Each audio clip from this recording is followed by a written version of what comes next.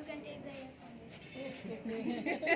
This year. This air is coming. Yes. It is eco-friendly air conditioner I make at home. So firstly, I am so grateful for in the academy I study, because in this academy all teachers help us to make our projects.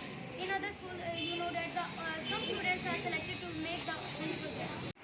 Can show their experiments and their creative skills. So how we need materials to make it.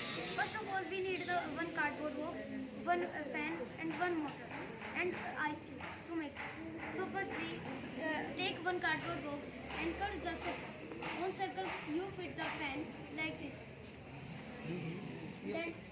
Then one wire connect to battery and one wire to DC switch. Then one wire take another and connect on the battery, and then battery wire connect to the DC switch. Now on the DC switch and put the ice cube in the under, your recipe will be ready. Thank you. Yes, you can make it.